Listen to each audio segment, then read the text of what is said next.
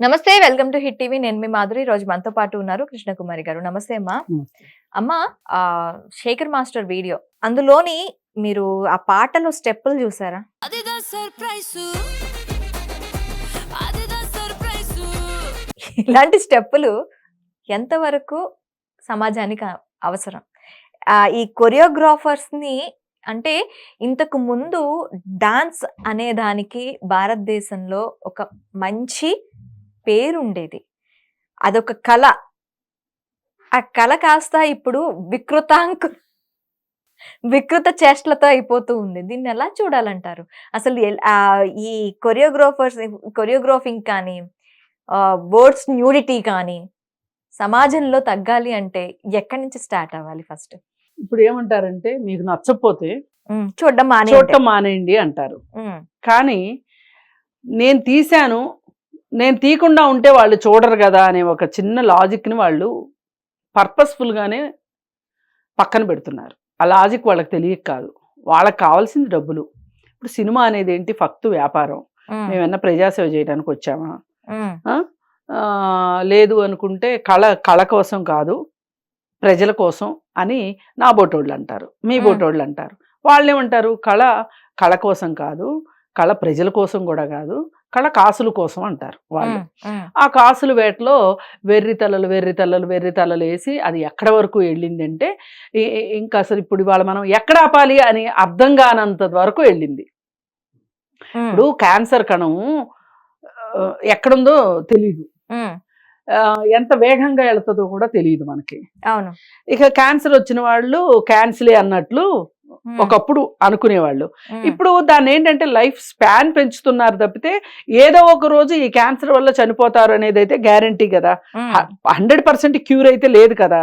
అలాగే అయిపోయింది ఇది కూడా. ఇది ఒక క్యాన్సర్ లాగా ఇండస్ట్రీలో పాకిపోయింది. ఎంత వల్గర్ డైలాగులు వేస్తే అంత కరెక్టు. Words nudity. ఎంత ఉమెన్ని ఆబ్జెక్టిఫై చేస్తే సెక్సువల్గా అంత డబ్బులు. అలాగే ఎంత పాటల్లో వికృతం చూపిస్తే అంటే ఒక రకమైన సెక్సువాలిటీని ఎంత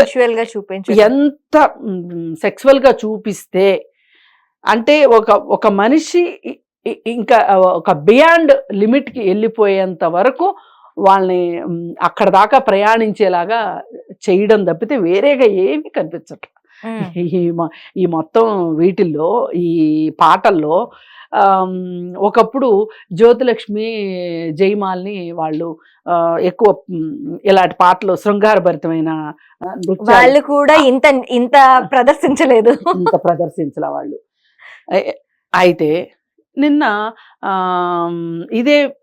ఇదే విషయం మీద వేరే చోట డిబేట్ జరుగుతుంటే ఒక సినిమా ఆయనకి చాలా కోపం వచ్చేసింది. ఆ రోజుల్లో కూడా మసక చీకట్లో పాట లేదా? ఎందుకో ప్రతి వాళ్ళకి సినిమా ఇండస్ట్రీ అంటే ఒక సాఫ్ట్ టార్గెట్ అయిపోయింది, ఎందుకు ఇలాగా అని ఆయనకి చాలా కోపం వచ్చేసింది, బోల్డ్ కోపం. అసలు సెన్సార్ సర్టిఫికేట్ ఇచ్చాక అసలు మీరెవరు మాట్లాడడానికి, మీకేం రైట్స్ ఉన్నాయి? అలాగే మహిళా కమిషన్ చైర్పర్సన్కి ఆవిడకి ఏంటి రైటు? అసలు సెన్సార్ బోర్డే అన్నిటికన్నా పెద్దది, ఆ సెన్సార్ బోర్డుని క్వశ్చన్ చేసే రైటు మహిళా కమిషన్కి లేదు అని మాట్లాడుతున్నాడు ఆయన. కాకపోతే మనం మర్చిపోకూడదు ఏంటంటే మనది డెమోక్రటిక్ కంట్రీ. నేను ప్రధానమంత్రిని గురించి నేను మాట్లాడగలుగుతా, మాట్లాడే హక్కు నాకుంది, వాక్ స్వాతంత్ర్యం ఉంది. అంటే ఆ వాక్ స్వాతంత్ర్యం ఎంతవరకు అంటే ఆయన వ్యక్తిగతం గురించో మాట్లాడడం కాదు, ఆయన విధానాల వల్ల నాకేం నష్టం జరుగుతుంది అనేది నేను ప్రశ్నించే హక్కు నాకుంది. అవును, అంతవరకు ఉంది కదా. అలాంటప్పుడు సెన్సార్ బోర్డుని కాకపోతే ఇంకొకరినైనా ప్రశ్నిస్తాం. అసలు ఈ సినిమాకి బుద్ధున్నోడు ఎవరైనా సెన్సార్ బోర్డు సర్టిఫికేట్ ఇస్తారా? సెన్సార్ సర్టిఫికేట్ ఎలా వచ్చిందని నిలదీసే హక్కు నా దగ్గర ఉంది, నాకుందా హక్కు. అందుకే మాట్లాడుతున్నాం, బరాబర్ మాట్లాడుతాం.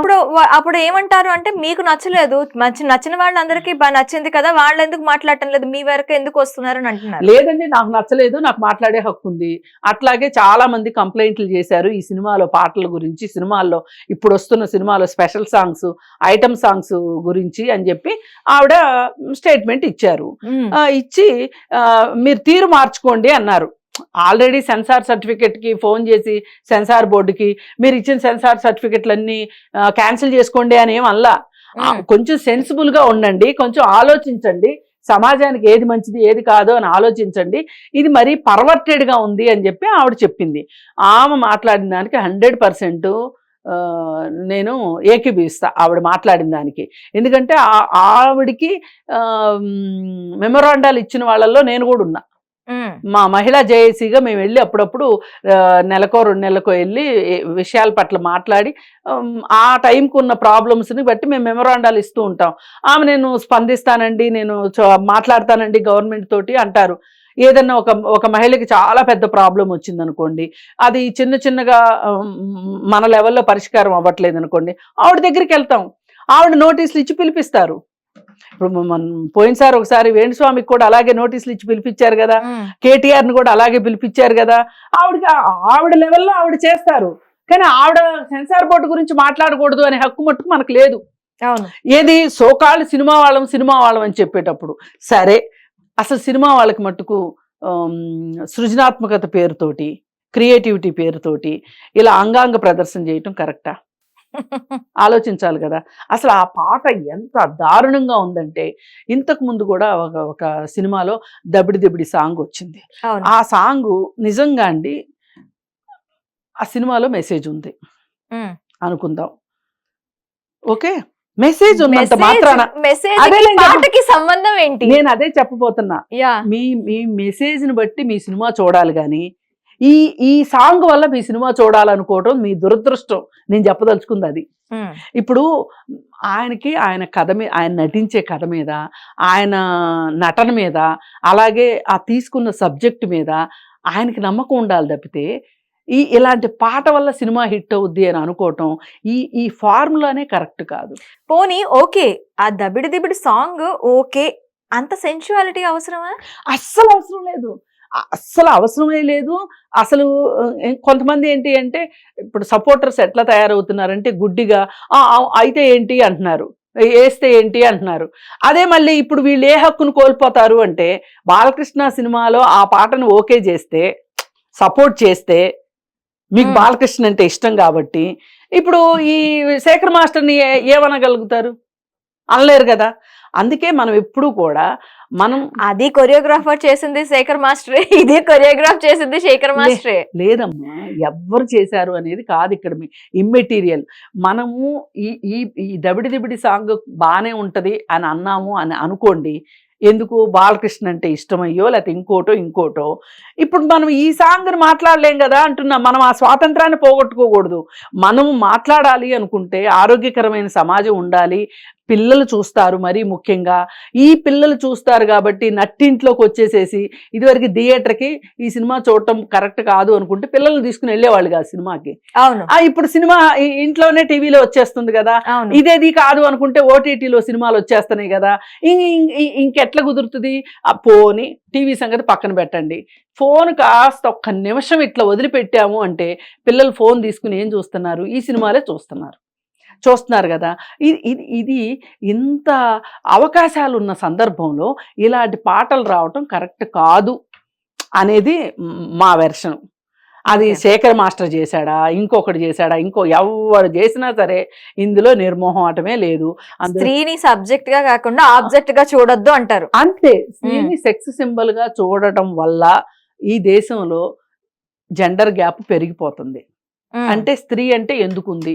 నాకు సుఖాన్ని ఇవ్వటానికి ఉంది, నా కంటికి ఆనందాన్ని ఇవ్వటానికి ఉంది, నేను బూతులు తిడితే బూతులు తిట్టించుకోవటానికి ఉంది, నేను కొడితే కొట్టించుకోవడానికి ఉంది. ఇదే కదా సినిమాల్లో చూపిస్తుంది, అదే కదా. అలా కాదు అని చెప్తున్నాం. అదే విధంగానే మీరు సినిమాలు చూపిస్తూ ఉంటే, సినిమాల్లో అదే విధంగా కథనాలు రాస్తూ ఉంటే ఎట్లా అసలు స్త్రీకి సమాజంలో గౌరవం సంగతి పక్కన పెట్టి అగౌరవమే దక్కుతుంది కదా. అవును, అందుకే మన దేశంలో ఒక పురుషుడు ఒక స్త్రీని తనతో సమానమైన పౌరుడిగా భావించుకోవట్లే. జెండర్ గ్యాప్ ఎక్కువగా ఉంది మన దేశంలో. ఈ జెండర్ గ్యాప్ ఉండటం వల్ల ఇలాంటి సినిమాలను ఆదరిస్తున్నారు మనుషులు. అలాగే ఈ సినిమాలను ఆదరించటం వల్ల వీళ్ళ మనసులో ఇంకా స్త్రీకి స్థానం ఇదే, నాకు అదేదో ఉంటది కదా పాట, మా ఒక పద్యం, కార్యేషు దాసి కరణేషు కరణేషు మంత్రి మంత్రి, శయనేషు రంభ భోజేషు మాత. మాత. అంటే మీకు మీకు అన్ని విధాలుగా ఆమె అన్ని విధాలు ఇస్తుంది, నువ్వేం చేస్తున్నా ఆ స్త్రీకి? అది ఎవరు నిన్ను క్వశ్చన్ చేయట్లా. అన్నీ అమ్మాయి ఎలా ఉండాలో చెప్తున్నారు కానీ అబ్బాయిలు ఎలా ఉండాలో చెప్పట్లేదు. ఈ ఈ ఈ మెయిన్ ప్రాబ్లం వల్ల నాకు అర్ధరాత్రి కనిపించింది. నిర్భయకి సంబంధించిన వాళ్ళు ఇదే కదా మాట్లాడింది. అవును. రోడ్డు మీద మిఠాయి కనిపించింది, తినకుండా ఎట్లుంటాము అన్నారు. అంటే వాళ్ళ దృష్టిలో ఒక ఆడపిల్ల అంటే ఒక లడ్డు. అతను అలా అన్నాడు అని చెప్పి మనం అతని మీద చాలా కోపం, బాధ అన్ని వ్యక్తం చేశాం. సినిమాల్లో చూపిస్తుంది ఏంటి? అంతకంటే బాగా ఏమన్నా చూపిస్తున్నారా ఈ సినిమాల్లో? లేదు. అక్కడ రోడ్డు మీద కనిపించింది, ఇక్కడ తెర మీద కనిపిస్తుంది. కనిపిస్తుంది అంతే. తెర మీద ఉన్నదాన్ని ఏం చేయలేరు కాబట్టి. కానీ ఈ జెండర్ గ్యాప్ ఉండటం వల్ల, స్త్రీని ఈ విధంగా చూడటం వల్ల జరిగే నష్టం ఏంటి అనుకుంటే, ఇవాళ ఆడపిల్లకి అర్ధరాత్రి స్వేచ్ఛ లేదు. పని ఏంటి? సరే, ఆడపిల్లకి పని లేదు, మగ పిల్లాడికి మాత్రం పని ఏంటి? ఇప్పుడు అమ్మాయి 9ంటికి రావాలి అని చెప్తున్నారు, రక్షణ లేదు కాబట్టి చెప్తున్నారు, బాగుంది. ఎవరి వల్ల రక్షణ లేదు? అబ్బాయిల వల్లే కదా రక్షణ లేనిది. అబ్బాయిల, పురుషుల, ముసలోళ్ళ అనవసరం, మైనర్ల. ఇప్పుడు మైనర్లు కూడా అత్యాచారాలు చేస్తున్నారు కదా. అసలు ఇప్పుడు వీళ్ళని ఇంట్లో ఉంచాలా, వీళ్ళని ఇంట్లో ఉంచాలా? ఇప్పుడు ఒక పులి రోడ్డు మీదకి వచ్చిందండి, మనుషుల్ని చంపేస్తుంది. పులిని బోన్లో పెడతారా, మనుషులందరిని ఇంట్లో పెడతారా? పులినే బోన్లో పెడతారు కదా. అంటే బుద్ధి సరిగా లేని వాడిని బయటికి పంపకండి అని. మనుషుల్ని బుద్ధిగాన తయారు చేయండి, బుద్ధి లేని వాళ్ళని ఇంట్లో కూర్చోబెట్టండి, ఇంట్లో కూర్చోబెట్టుకోండి. అంతేగాని ఆడవాళ్ళు బయటికి రావడానికి వీలు లేదు అనే హక్కు అయితే మనకు లేదు కదా. అంటే ఇదంతా చెప్పొచ్చేది ఏంటి అంటే, మన దేశంలో ఎంత చదువుకున్నా, ఎంత పెద్ద ఉద్యోగం చేస్తున్నా నీకు పరిమితులు ఉన్నాయి అని చెప్తుంది సమాజం. ఇది కరెక్ట్ కాదు. ఈ పరిమితులేవో నీకు బుద్ధి సరిగా లేకపోతే, నువ్వు ఇలాగే ప్రవర్తించేటట్లయితే నీకే పరిమితులు ఉంటాయి అని ఒక అబ్బాయికి చెప్పగలగాలి తల్లిదండ్రులు, ఓ టీచర్లు చెప్పగలగాలి, ఒక పోలీస్ చెప్పగలగాలి.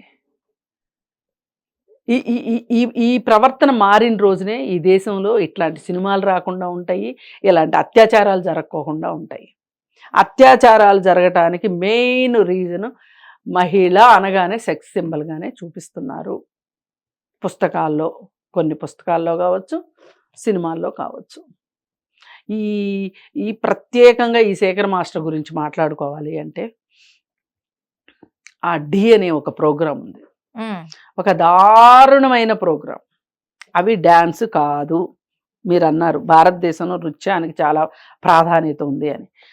అది డాన్స్ కాదు, అది విన్యాసం, అది కళ కాదు,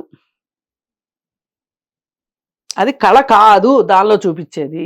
అవి ఒక విన్యాసం, అంగాంగ ప్రదర్శన, అంతకంటే ఏమీ లేదు.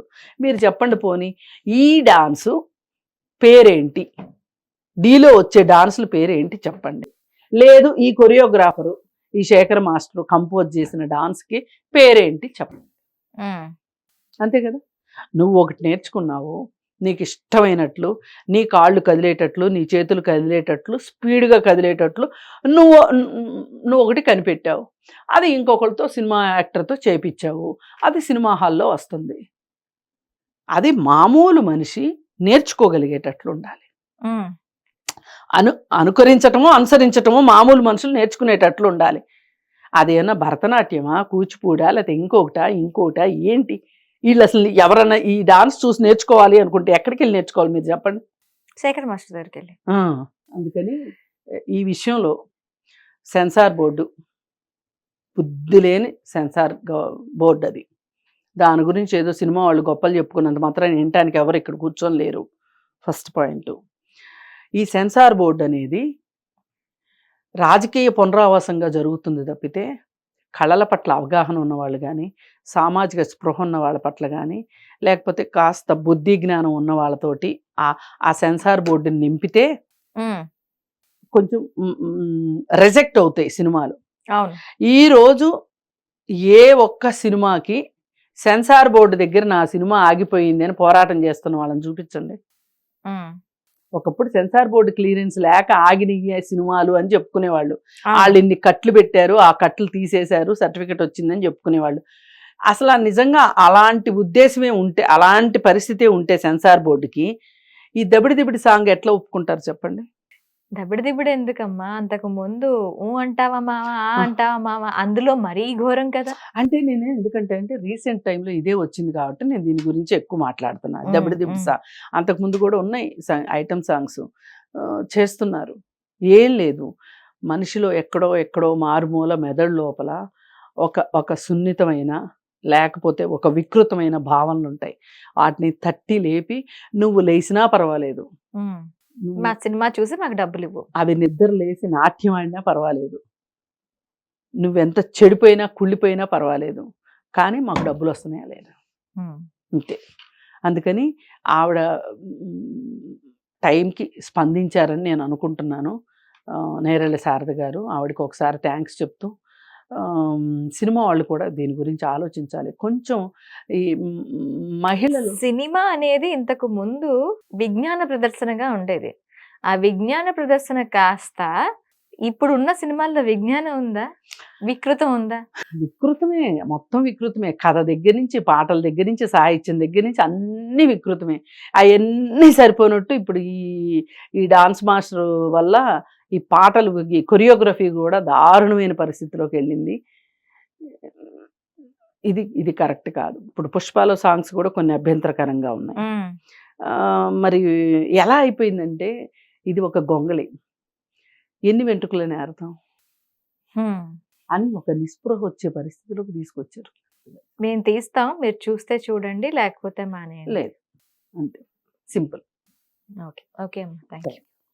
హిట్ టీవీ యాప్, ఇందులో short news, live news, entertainment shows, movies, digital magazines తో పాటు మీ జిల్లా వార్తలను కూడా ఫ్రీగా చూడొచ్చు. అంతేకాదు కేజీ నుంచి పీజీ వరకు విద్యార్థులకు స్కాలర్షిప్ కూడా అందిస్తున్నాం. ప్రతి వారం 10 మందికి లక్కీ డ్రా ద్వారా ఒక్కొక్కరికి 10,000 రూపాయలు అందిస్తున్నాం. ఇంకెందుకు ఆలస్యం, వెంటనే హిట్ టీవీ యాప్ ని డౌన్లోడ్ చేసుకుని ఫ్రీగా ఎంటర్టైన్మెంట్ పొందండి. Hit TV app. Hit TV app. Please download hit TV app. Hit TV యాప్ని ఫ్రీగా డౌన్లోడ్ చేసుకొని ఎంజాయ్ చేయండి. మీకు నచ్చిన ఎంటర్టైన్మెంట్ కోసం హిట్ టీవీ యాప్ ని ఫ్రీగా డౌన్లోడ్ చేసుకొని ఎంజాయ్ చేయండి. హిట్ టీవీ యాప్ని డౌన్లోడ్ చేసుకుని ఆస్వాదించండి, ఆశీర్వదించండి. ఇంతమంది సెలబ్రిటీలు హిట్ టీవీ యాప్ ని డౌన్లోడ్ చేసుకోండి అని చెప్తున్నారంటే ఎంత మంచి యాప్ ఆలోచించండి. అమెరికా అమెరికా అమెరికా అమెరికాలో చదవాలనుకునే వాళ్ళకి విశ్వసనీయమైన పేరు మన శౌర్య కన్సల్టెన్సీ. UK లో 1 year masters. UK లో 1 year masters. 2 years work permit up to 5 years visa. Contact Saurya Consultancy. Contact 89851 89851.